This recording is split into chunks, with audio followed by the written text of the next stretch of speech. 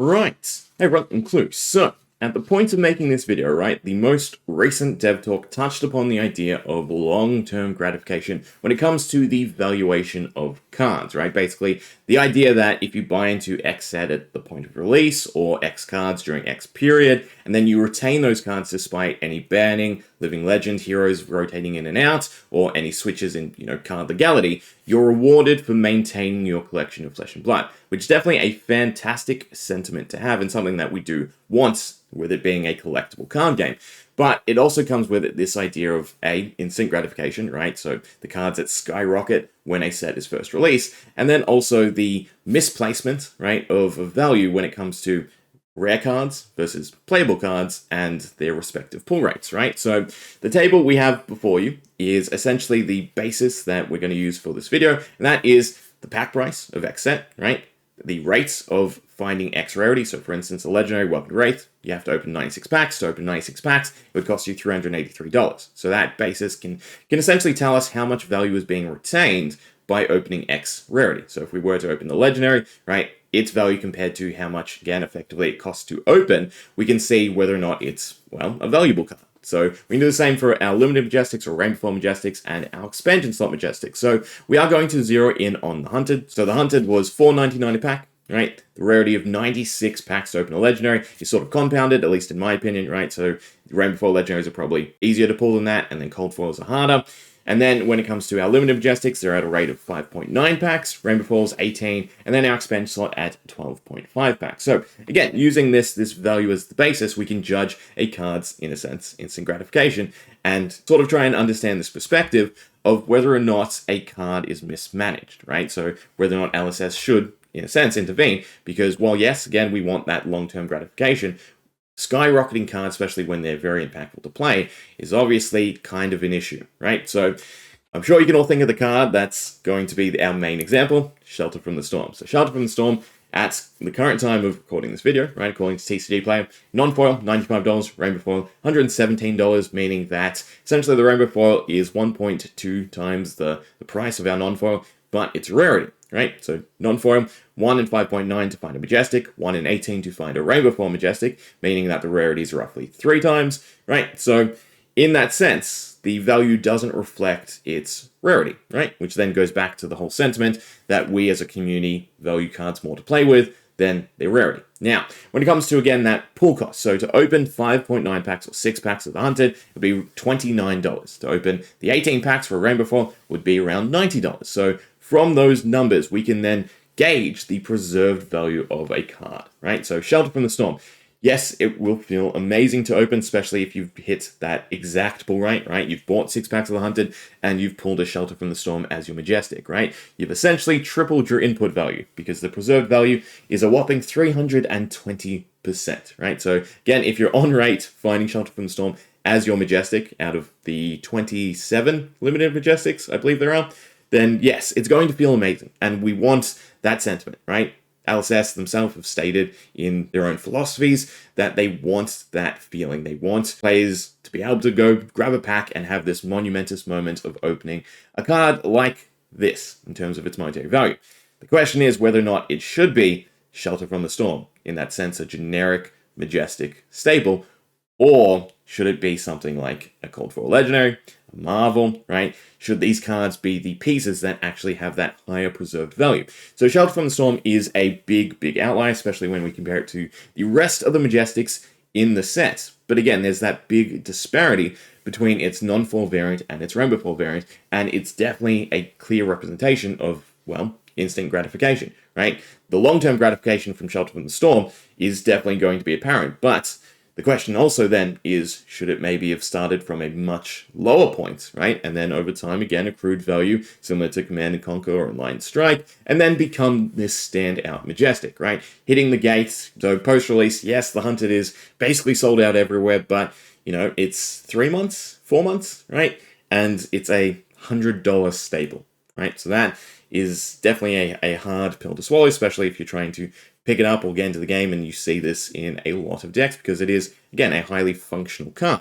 And then also, again, that difference of its actual rarity versus its actual price, because, again, the value of a playable card outshines the value of, well, its shininess. So, in that sense, when it comes to the hunted and its value retention, the average amount of pull cost preserved, so again, that rate of 1 in 6 packs for a limited majestic, 1 in 12.5 for an expansion slot majestic, and 1 in 18 for rainfall majestic, we can then average out every single card in those slots. And for our limited majestic, right, 32% of the value is preserved, 19% without shelter.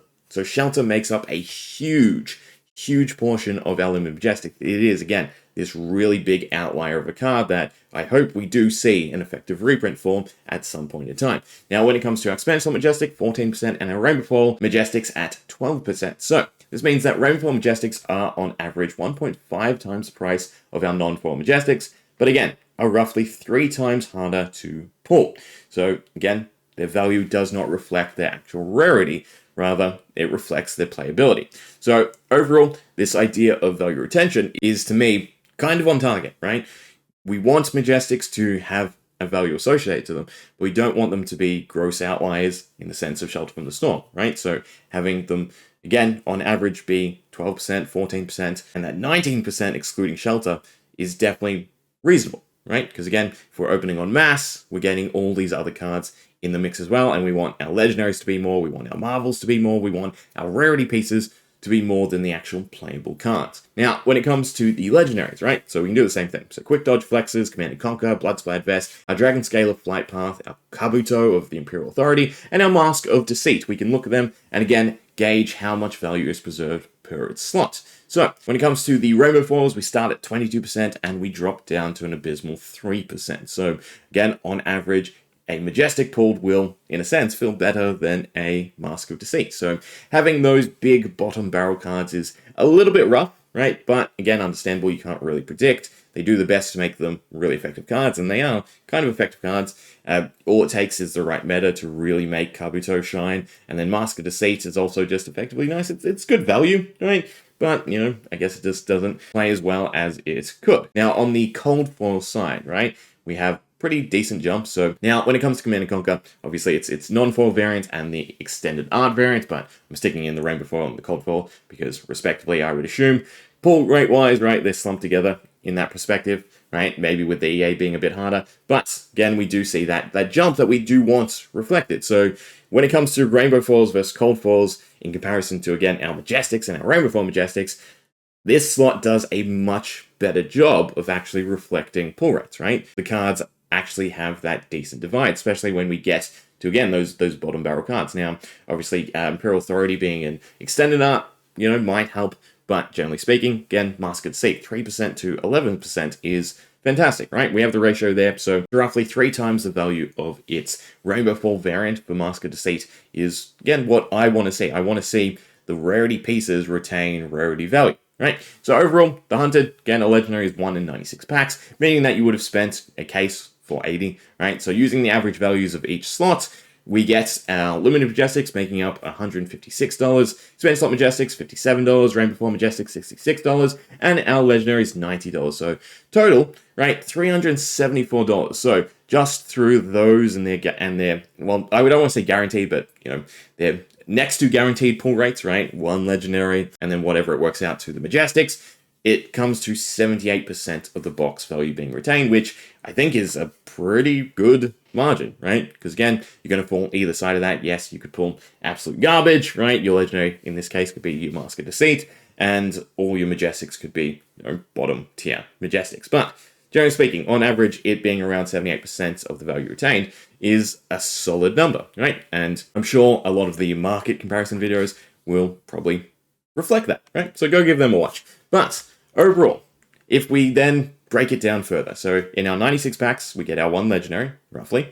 We get our 16 limited majestics, roughly, right? Again, all approximates. 7 expansion slot majestics and 5 rainbow foil majestics. From this, again, we know the average value retained by those slots, so 19% for legendaries, 32 for our limited majestics, again, much lower, 19% if we take out Shelter from the Storm, Expansion Slot Majestics 14%, and our Rainbow Foil 12%. So the question then becomes, is this how it should essentially be tiered, right? Should the value retained by the Majestics equate that of our legendary, right? So again, in relation to the average value opened, legendary at $90 versus our 16 Majestics being $156. So I do think that the amount of Majestics you're opening should maybe outweigh the legendary, but in terms of the actual value retained, having the Majestic, even, minus Shelter from the Storm being equivalent to a legendary is, I think, a little bit of a target that needs to be tweaked, right? The legendary, to me, again, should be that incentive to,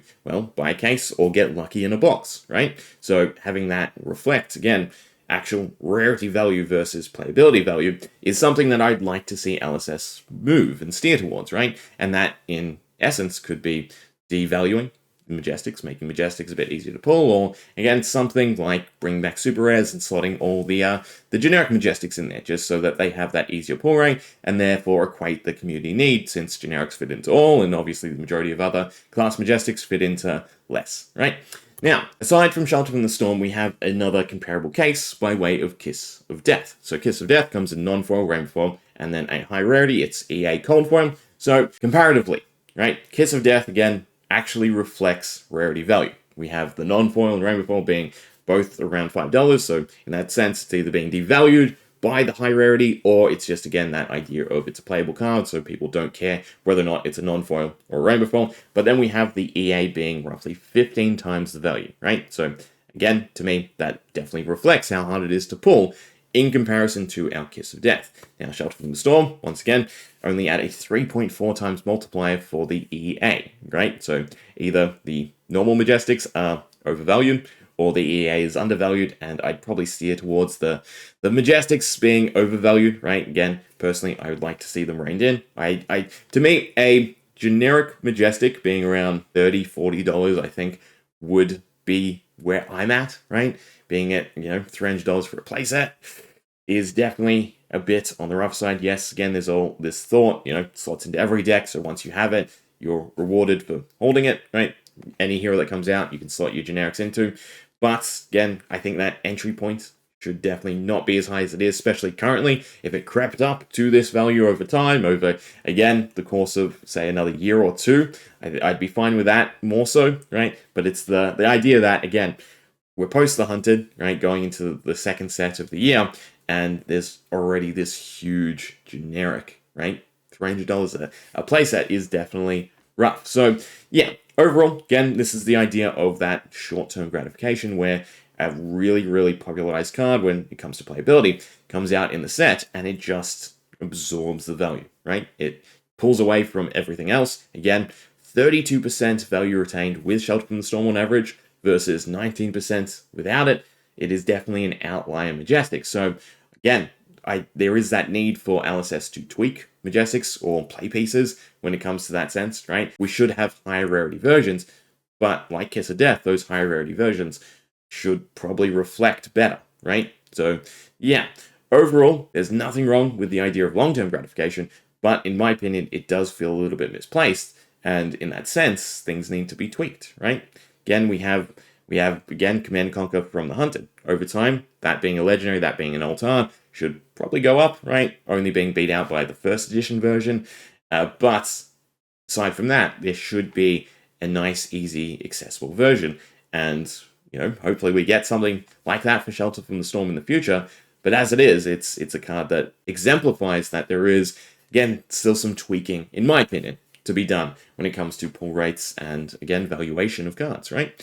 We want collectible, but we also want our play pieces to play with. The last thing to add would be take a look at these 4 cards from the Hunted, right? Schism and Chaos, Shelter from the Storm, Command & Conquer, and Quick Dodge Flexes. So, we don't know the exact rate of Rainbow Foil Fables. 1 in 20 displays seems appropriate, right? And then 1 in 40 for the cold foil. But again, we can't be too sure, but off those numbers, right? Schism Chaos, 1 in 20. Quick Dodge Flexes of Command & Conquer, if we go with 1 in 96, that's 4 boxes, there's 6 legendaries times by 6, so 1 in 24. Means they're, kind of similar, but obviously have that disparity in price, and it's a fable, but, it's so cheap. At least the Rainbow Foil. I think the Cold Foil variant is pretty high, though. And then again, Shelter from the Storm, which again, 5/9 times our 27 is 159 packs, right? 159 packs to find a shelter. So that's close to 2 cases, but again, it's still comparable to Command and Conquer and our quick dodge flexes who have a specific rate higher than that, right? So yeah, food for thought, right? Nothing wrong with, again, long-term gratification and cards being collectible and cards going up in value, but are rarities misplaced, right? What are your thoughts? Anyway, hope you enjoyed. See ya.